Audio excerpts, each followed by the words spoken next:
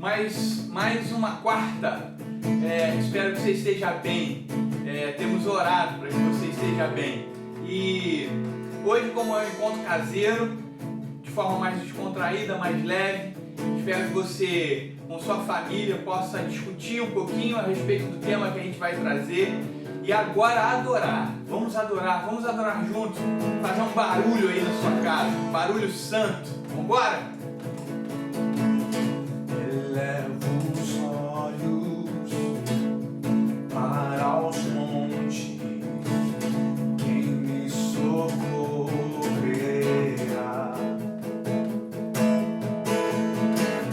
Daquele que fez o universo, a salvação virá.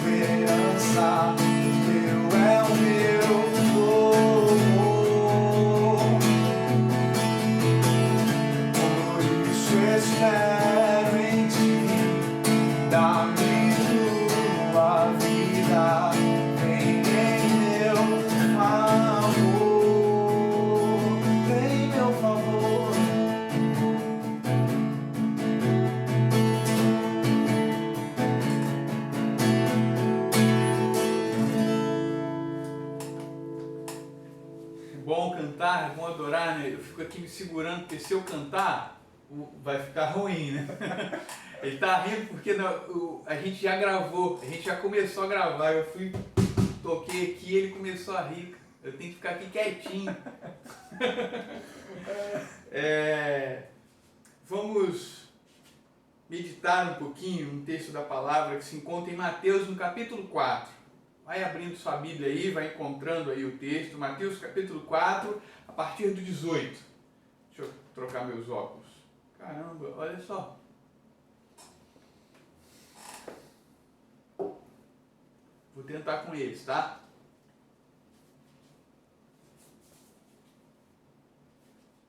Mateus capítulo 4, a partir do 18. Andando à beira do mar da Galiléia, Jesus viu dois irmãos, Simão, chamado Pedro, e seu irmão André. Eles estavam lançando as redes ao mar, pois eram pescadores. E disse Jesus: sigam-me, e eu os farei pescadores de homens. No mesmo instante, eles deixaram as suas redes e o seguiram. Indo adiante, viu outros dois irmãos, Tiago, filho de Zebedeu, e João, seu irmão. Eles estavam no barco com seu pai, Zebedeu, preparando as suas redes. Jesus os chamou e eles, deixando imediatamente o seu pai e o barco, o seguiram. Até aí. Quero partilhar com vocês um pouquinho a respeito do discipulado. Se você não assistiu a mensagem de domingo, depois você assiste com calma. E eu fiquei com o coração inclinado a falar a respeito de discipulado, porque, como eu dizia domingo, às vezes a gente não tem ideia do que a gente abre mão, negligencia, deixa em segundo plano, deixa de lado. Irmãos, estar com os irmãos nos encontros caseiros, encontros de estudo, crescimento, partilha da mesa, do pão e partilhar de comunhão com os irmãos, algo extremamente precioso. Não é à toa que Jesus vem exercer o seu ministério sobre a perspectiva do discipulado.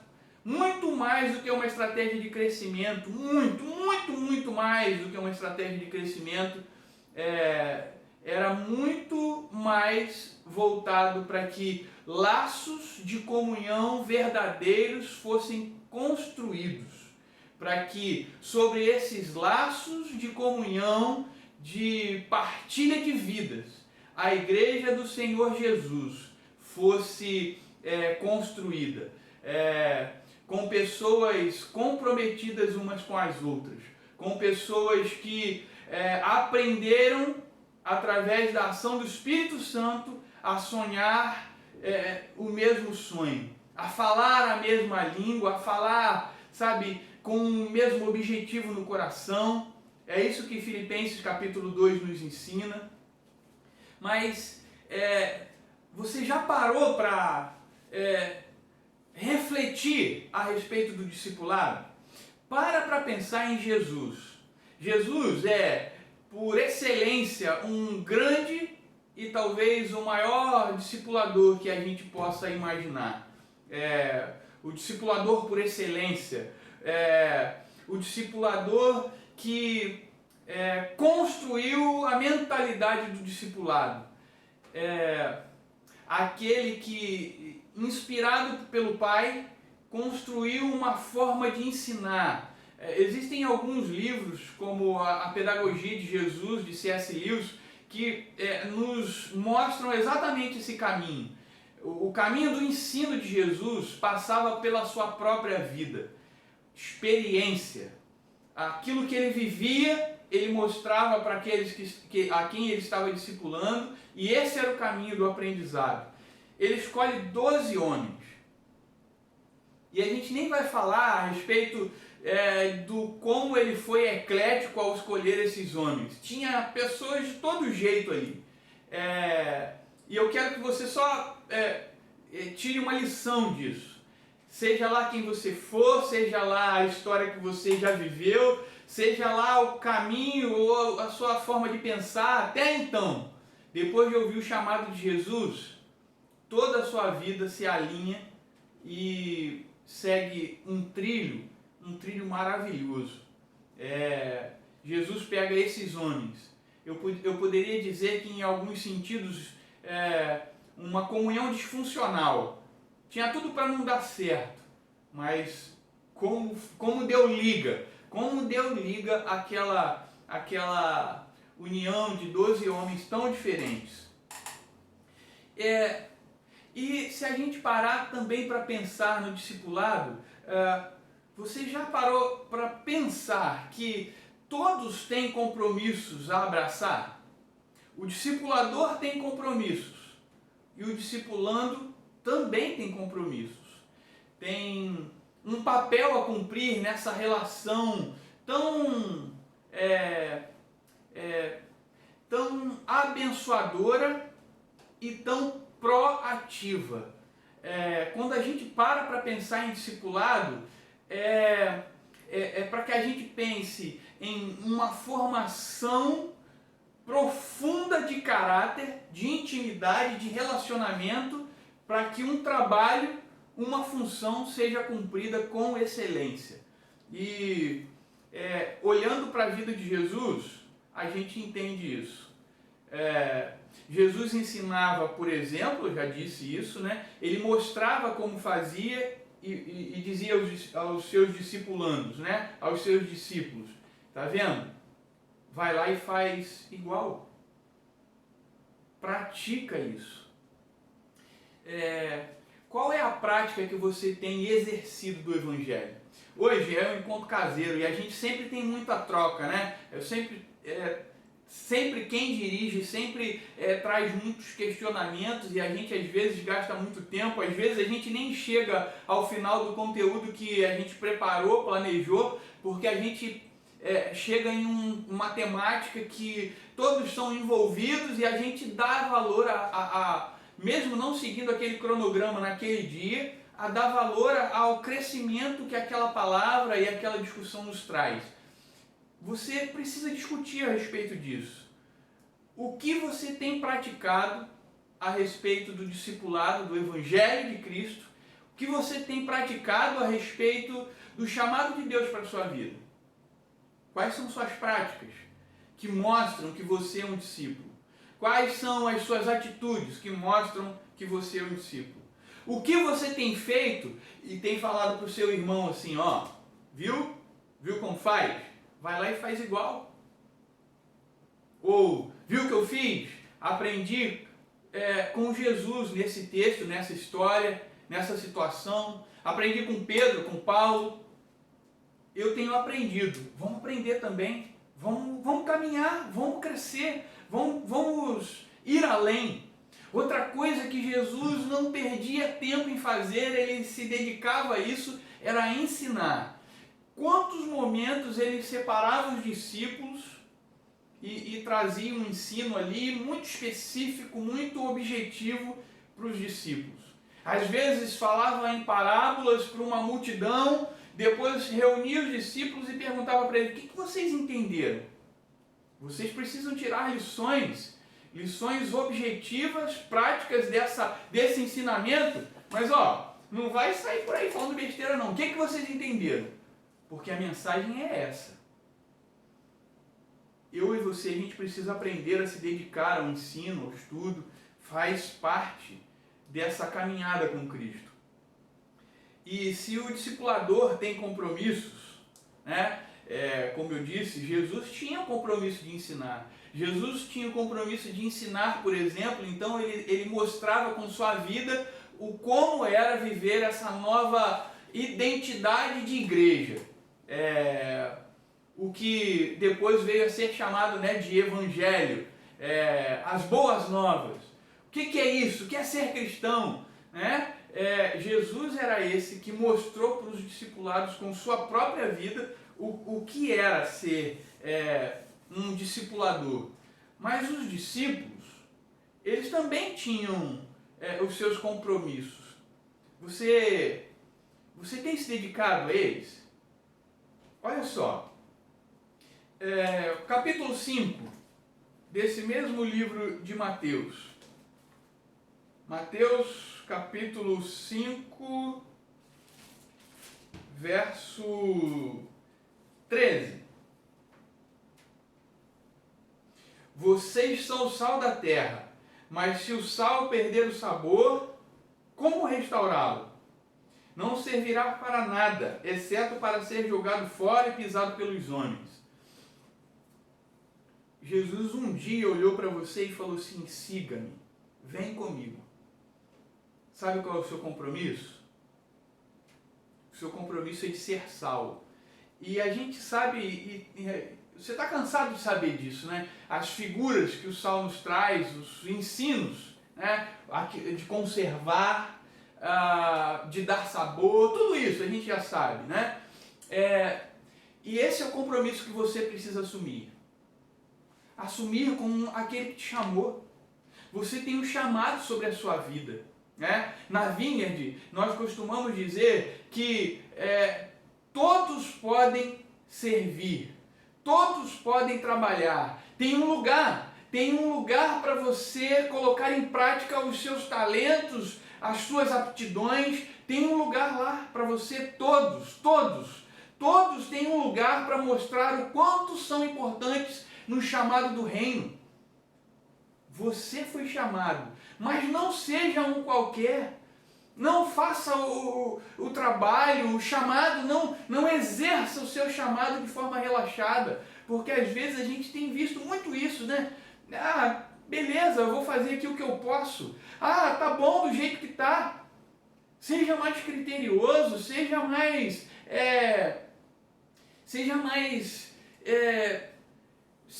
caprichoso com o serviço.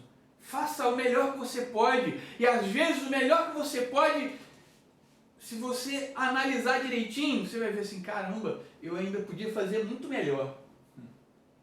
Você deu o seu melhor e aí você analisa ali, ó, como a gente tem visto isso fazendo esses vídeos. A gente faz o vídeo, a gente dá o melhor que a gente pode, a gente se dedica, a gente arranja aqui uma lâmpada, uma luminária, inventa um difusor para a luz ficar um pouquinho melhor, corre atrás, bota uma lâmpada ali para não ter uma sombra, que a gente vai dando o nosso jeito, como eu disse, é muito simples. Tem um celular ali e um microfonezinho de lapela aqui. Não tem, o violão está desligado, está desplugado, não tem grandes aparatos, né? Mas a gente tem feito o melhor que a gente pode. E aí você vai ver e fala assim, cara, eu podia ter feito melhor ainda. Eu podia ter ajeitado aqui ou ali. Tem que ser assim. Você sempre precisa olhar para o seu serviço e falar assim, eu posso ir além. Eu posso fazer melhor. Você foi escolhido. Não negligencie isso. Não diminua isso. Deixa eu te falar uma coisa. Honra aquele que te chamou. Nossa, já te dei muito material aí para você pensar, hein? Acho que hoje a conversa vai longe. Você precisa fazer com que essa conversa cresça. Mas tem outra coisa importante aí. Mateus capítulo 16. Outra coisa que o discípulo precisa entender. Precisa aprender de verdade, sabe? E tem sido muito difícil encontrar isso nos arraiais evangélicos, né? Nas igrejas, né? Tem sido difícil encontrar. Sabe o que é? Submissão. Pessoas que sejam submissas, obedientes, que se permitam serem tratadas, corrigidas. Às vezes a gente precisa medir as palavras, e eu não estou falando assim, sendo educado, ainda assim medir as palavras para que a pessoa não fique incomodada, ressentida. Cadê a submissão que olha para o líder, que olha para o discipulador assim, eu sei que ele quer o melhor para mim.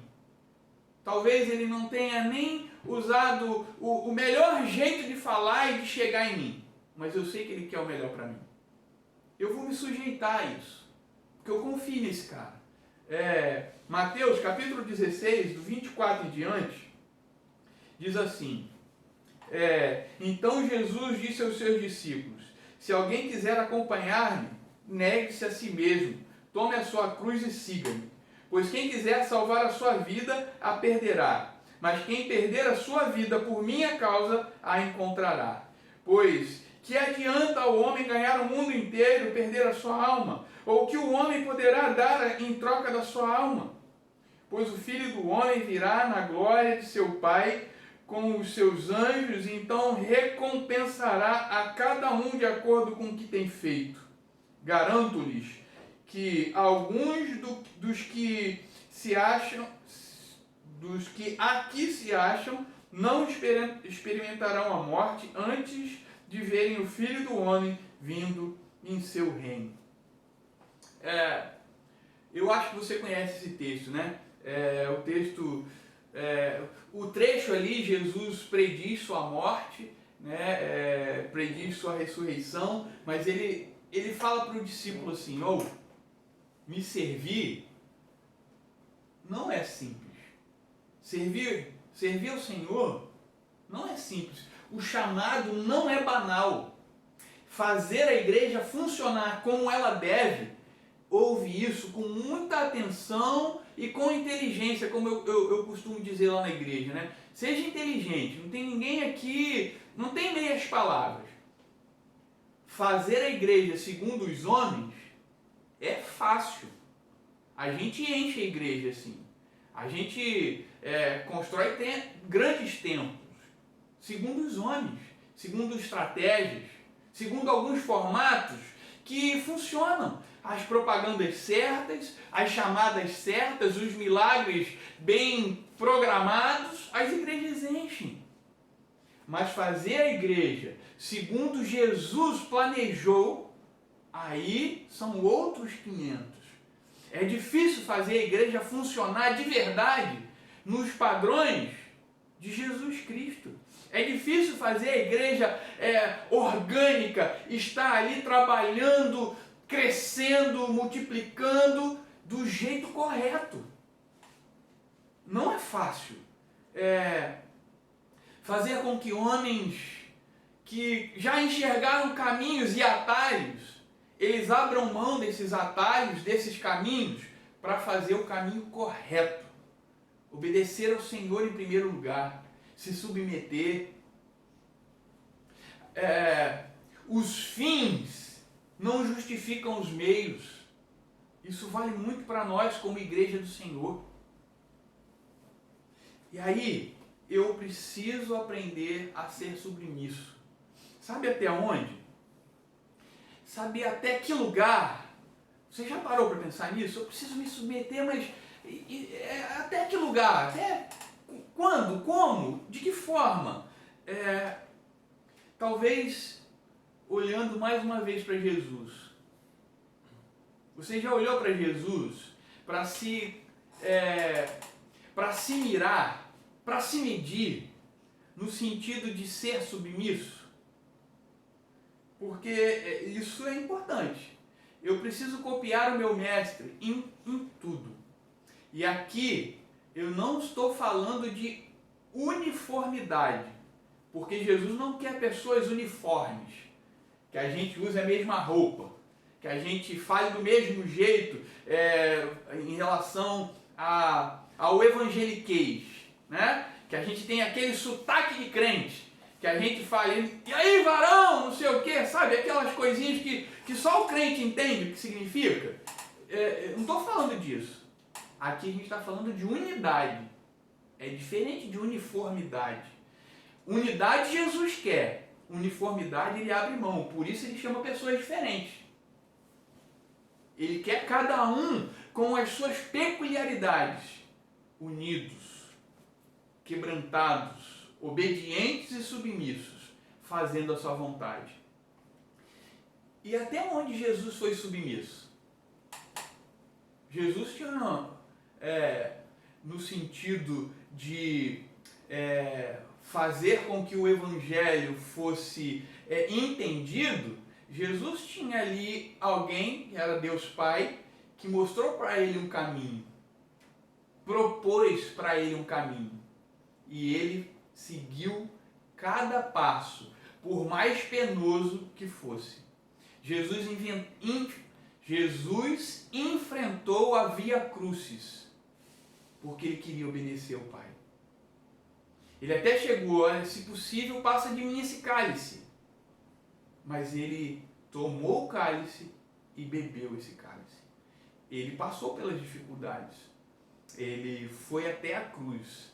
Foi pendurado no madeiro, porque ele foi obediente. Até onde eu tenho que ser obediente? Até tomar a minha cruz e seguir.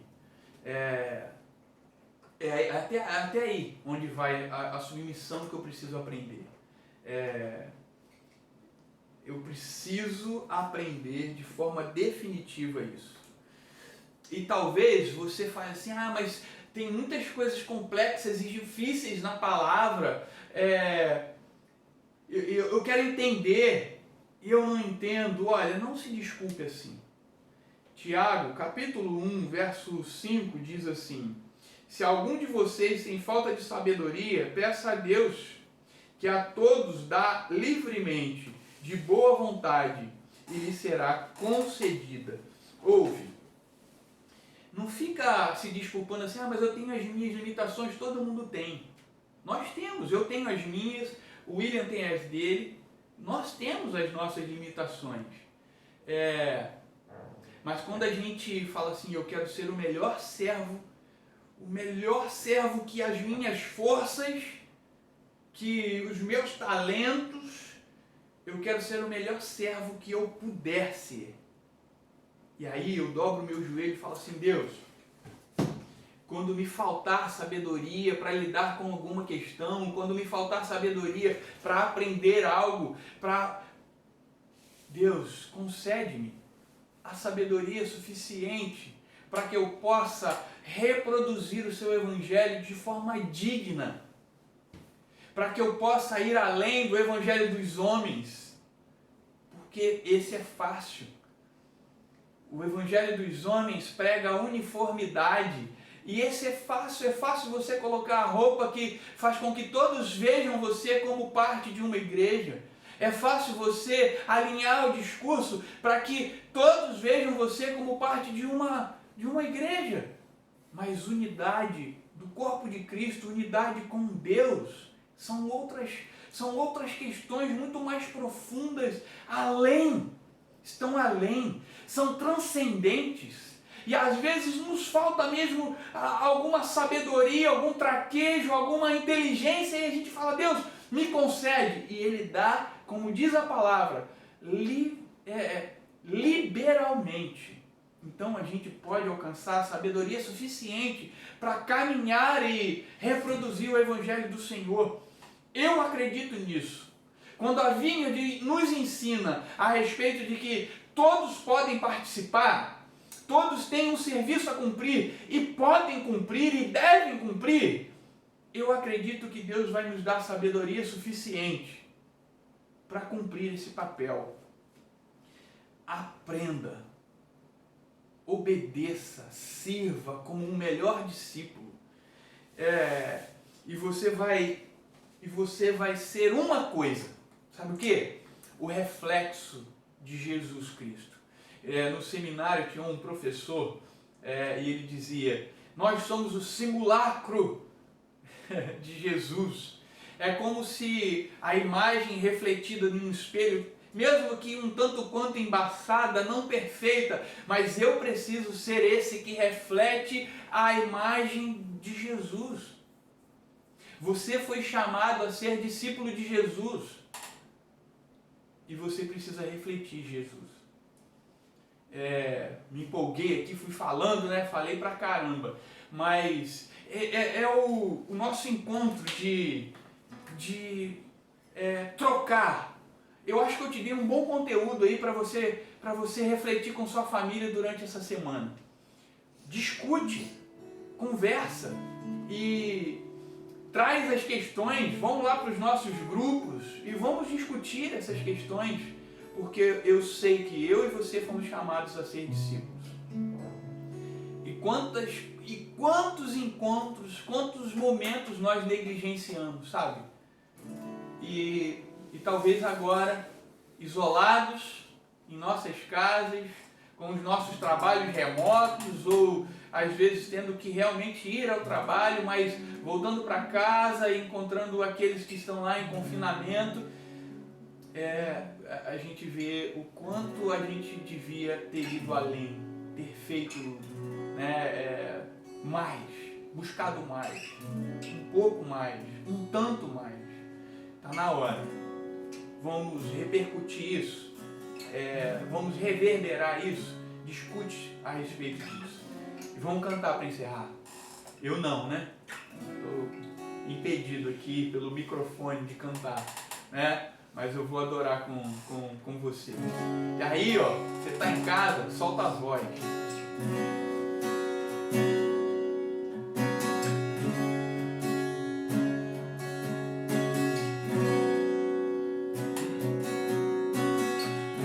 não há lugar e não há momento, não há paixão, não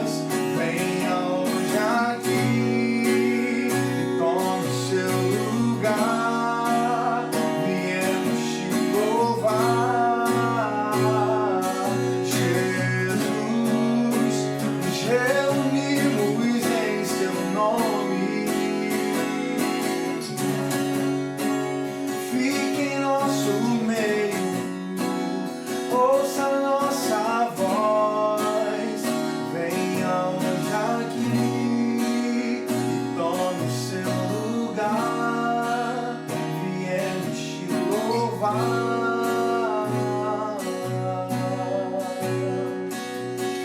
viemos te louvar, Senhor.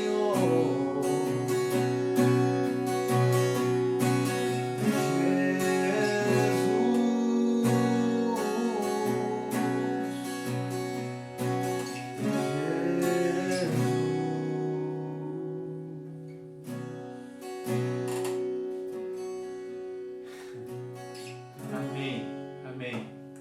Até domingo, até a próxima quarta, até a próxima terça. A gente está aí com com toda a nossa programação online, né? Estamos em nossas plataformas aí, redes. Então é só você procurar e nos encontrar. Fica com Deus.